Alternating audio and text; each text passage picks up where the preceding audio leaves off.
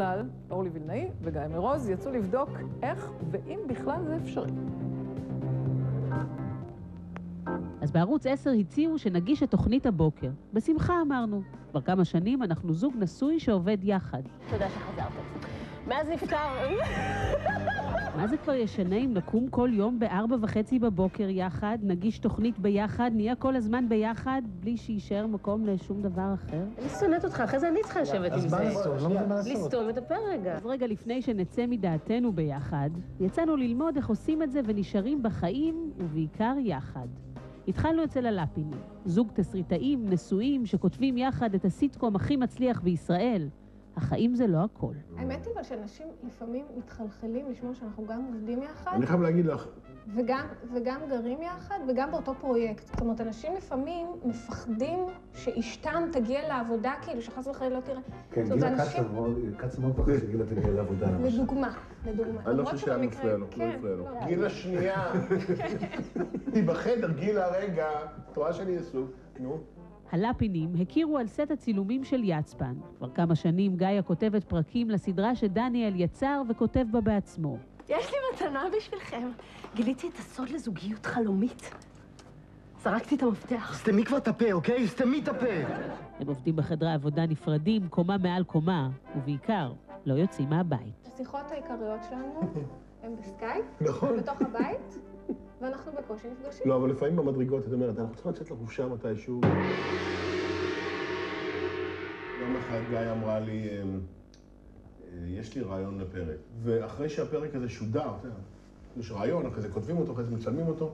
זה הפעם היחידה שמנכ"ל הערוץ התקשר להגיד, וואלה, כתבת פרק נפלא. מה, בוא'נה, אחלה פרק כתבת? כן, אחלה פרק, אז אמרתי, זה לא אני כתבתי.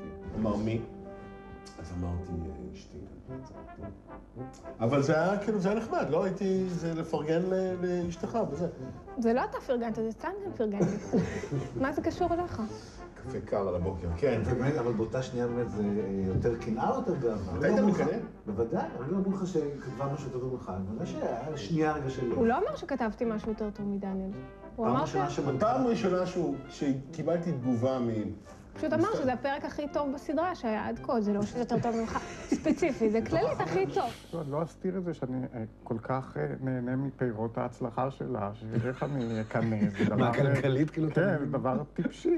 הסופרים אייל מגד וצרויה שלו נשואים כבר 20 שנה, יש להם 5 ילדים, 3 מהם מנישואים קודמים. הם הכירו, כשצרויה כתבה ביקורת מהללת על הספר של אייל, הוא הוציא לאחרונה ספר חדש, היא תפרסם בקרוב, אבל בהוצאת הספרים אסרו עליה בתוקף לדבר עד אז. איך זוג סופרים חי באותו בית, מנהלים משפחה, ומצליחים לשרוד את התחרות הזאת? זה קהילת סופרים, אתם נמצאתם מזה, זה לא אני. נכון, אתה צודק, יש... תראה, הצלחנו, באמת, אני אומר, בכנות רבה, הצלחנו להימנע מזה. איך? תראה, זה אולי לא התחיל ככה. כמעט יחד יצאו חיי האהבה שלה וסודות מונגוליה שלי. כמה שלך מחר וכמה שלה מחר במונגוליה ובחיי אהבה? אז סודות מונגוליה מחר 8,000 ושלה מחר 100,000. זה סוג של פער. כן, ואני זוכר שהיה איזה רעיון שהיא נתנה והיא אמרה שאלו אותה אם היא שמחה וזה, עם כל ההצלחה הזאת, כי זה באמת הייתה פריצת דרך גדולה מאוד בשבילה. אז היא אמרה, אני מעיזה לשמוח רק כשאני מורידה את הזבל. כי יכול להיות ששידרת לה בתקופה הזאת קנאה שלו? יכול להיות. אני רוצה לצאת רגע עם האופנוע, עם כל זה שהיא לא רוצה. לאן אתה הולך? מה זה לאן אני הולך? אני הולך לשיעור גמרא. שהוא, נגיד, מתחיל מופע ואני מתרגשת הרבה יותר ממה שהייתי מתרגשת אם אני הייתי על הבמה. זה כמעט כמו אם היית שואל אותי אם אני הייתי מקנאה בבת שלי שהייתה מצליחה, או בבן שלי. אף פעם לא דרכתי לה על האצבעות, והיא אף פעם לא דרכה לי על האצבעות. אבל בכל זאת היה יותר נוח שכל אחד, אתה יודע, יהיה בזכות עצמו. ססי ויונה נשואים כבר 38 שנים. הם הכירו בסצנת מיטה, בסרט נורית, ומאז הם לא זזים אחד מהשני. בשנים האחרונות הם אפילו חולקים מופע משותף. מי הבוס שלי? יונה. זה לא נכון סתם. יונה ואני, מעבר לזה שאנחנו מופיעים ביחד, יונה ביימה אותי בכמה הפקות שאני עשיתי. ולהגיד לך שזה פשוט, שאשתך נותנת לך פקודות, זה לא ככה. מה קורה כשאתם בריב ואתם באים לעבוד ביחד? לימון, מה, אני באותו רגע רוצה לחנוק אותה, אבל אחרי זה מה אני אעשה בלעדיה? לא, גם יש את האלה של בית סוהר וכל זה. אם אני עורכת כתבה, בדרך כלל אני עורכת הכתבות וגיא בא ומעיר. אני רוצה להראות לכם מה קורה שאני בא לראות כתבה שאורלי, אוקיי? אני נכנס ואני יושב, נגיד שהטלוויזיה, ואני יושב, אני מסתכל בכתבה שאורלי עשתה. ואם נגיד עשיתי דבר כזה, רק בשנייה, כן, שם עבר, נכנס רגע דרקון לחדר. ואני רק בודק לראות אם הדרקון אוכל אותנו או לא, זה הכל, בטיחותי כאילו. ואני עשיתי את הדבר הזה וזה, אז היא קמה והיא הולכת, אוקיי, אתה לא רוצה לראות את הכתבה, בסדר, לא חשוב. זה מה שמתרחש, אני בא לראות כתבה שלו, אוקיי? חוזר, אתם זוג דפוק. אצל אנשים נורמליים, אצלנו זה ההפך קצת... לא נכון, לא. אצלנו, התכונה של דניאל זה לקרוא פרקים שלי, נניח לקראת 3:30-4 בבוקר הוא גומר לקרוא פרק, ואז הוא בא ומדבר איתי על זה. עכשיו, בדרך כלל אני ישנה בשעות האלה. לא אכפת לו שאני ישנה.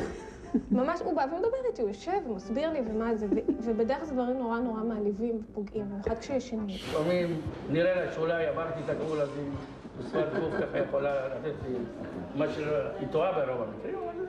מעצבי השיער, ז'קלין ואביגדור ליכטנשטיין הם זוג מאז שהיא הייתה בת 14 והוא בן 16. הם עובדים ביחד כבר יותר מ-30 שנה ויודעים בדיוק איך צריך לעשות את זה. קשה לעבוד ביחד, כי אתה לפעמים יוצאים מהם, אתה... מי הבוס? אני. באופן ברור. אין ויכוח? אין ויכוח. מי החליט? אני. אבל בקיצור צריך לדעת, מי שעובד ביחד, לוותר על הרבה דברים.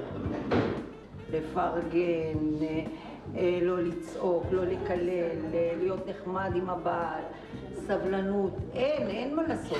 זה קשה למצוא אצלה משהו לא כל כך טוב. לא, באמת, כי היא כותבת כל כך... לא, אצלי היא מוצאת בלי סוף, זה ברור. תראה, מי שמכיר אותה כעורכת, והיא הייתה הרבה שנים עורכת, והיא עורכת נפלאה, יודע שהיא עורכת אכזרית ביותר. כל העדינות שלה, שאתם רואים את נועם ההליכות שלה, כשהיא עורכת היא מכסחת. אין אוברדוז אחד מהשני, כאילו יותר? לא, אין. אני אמרתי לו כל הזמן, שגלגול הבא אני רוצה לחזור אליו בחזרה. פה אני קצת חושב, אמרת, תני לי לחשוב על זה, כי גלגול הבא...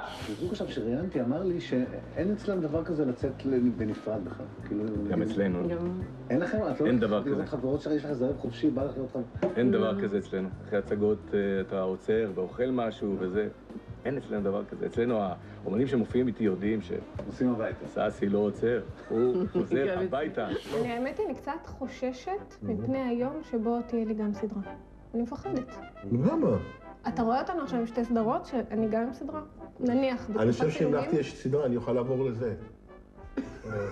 אם יש ממון, אני מחכה לשבת ככה ולבעוט ככה, לסתכל ככה. זה מה שאני רוצה לעשות בחיים. בלי בגדים. לדעתי, לא טוב לבני זוג להיות 24 שעות ביחד. אני אשמח לעבוד בפרויקט שלך. איזה שקרן עלוב. נכון. כעומק האהבה, כך עומק הקונפליקטים. אז אני שואלת אם אין לכם את החסר, אם אין אוברדוז של לראות אחד את השני ולראות כל הזמן. אין ספק. יש, בטח אוברדוז. לפני כמה ימים היא אמרה לי, לך תנקה קצת את הראש, תשב בית קפה, תכתוב. אמרתי, מה, אני בן אדם לכתוב בית קפה? אז ישבתי פה בפינה, התכנסתי לי וכתבתי. אם הזוג בסדר, הכל בסדר. אז מה למדנו בעצם? שאף אחד לא יוצא מהבית, קודם כל. שאף אחד לא יוצא מהבית, ולכן נשאלת השאלה מי זה כל האנשים האלה פה בחוץ. זה זוגות שלא עובדים ביחד, אז איך אנחנו מסכמים? איך אנחנו מסכמים? שאלוהים יעזור לנו. אין ספק מה אתה מאמר שהם יחזיקו? כאילו כבר שבוע בבוקר. א' בוודאי, כן, איזו שאלה. ויש להם אתגרים קצת יותר קשים.